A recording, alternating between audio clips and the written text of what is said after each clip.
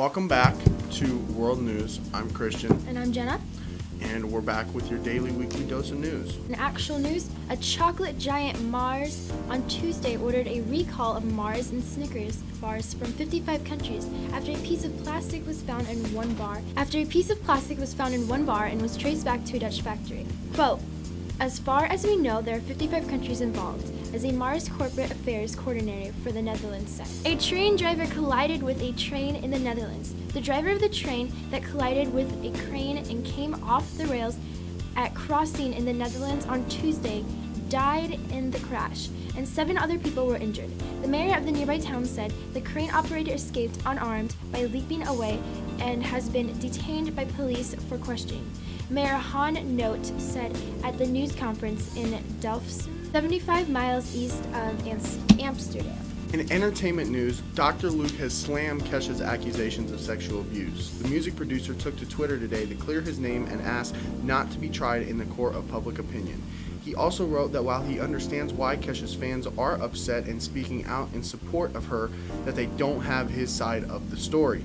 I didn't rape Kesha, and she was like my little sister," unquote, he tweeted. Quote, "Kesha and I made a lot of songs together, and it was often good, but there were creative differences at times. It's sad that she would turn a contract negotiation into something so horrendous and untrue," unquote. He also tweeted, quote, "Kesha has denied under oath the horrible allegations now being made against me," end quote.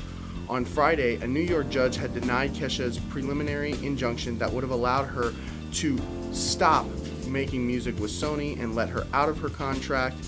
Kesha, in 2014, claimed that Dr. Luke was sexually, emotionally, and verbally abusive to her over the course of their professional relationship.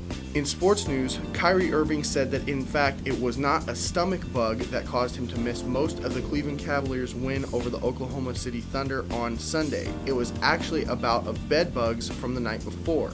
Quote, "Our team said I was out with flu-like symptoms," end quote, Irving said after the Cavs' 96-88 loss to the Detroit Pistons on Monday. Quote, "It was honestly from bed bugs at that freaking Hilton we stayed at," end quote. The Cavs, like most teams that visit Oklahoma City for road games, stayed at the historic Skilvin Hilton Hotel.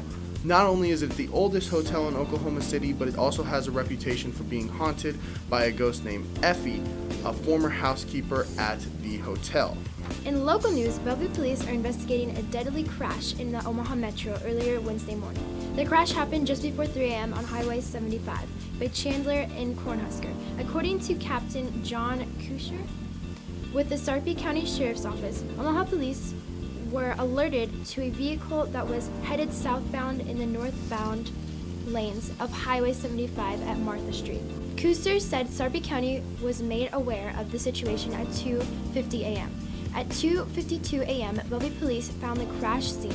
Kusher said the wrong way 1998 red Cherokee Jeep had been struck by a semi. The Jeep was fully engulfed and the driver was killed.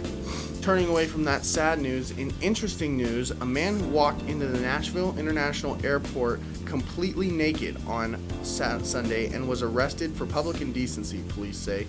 Travelers were shocked to see the man wait in a checkout line and walk through the airport with no clothes on. The man has not been publicly identified and is in police custody for public indecency, a BNA spokesperson said.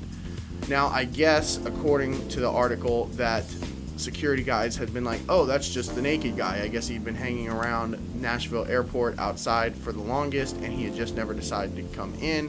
And on Sunday, he came in naked to the airport and decided to wait in check-in lines. And I'm Christian. And I'm Jenna. And we'd like to thank you for watching, and we'll see you back here next week. Bye, guys.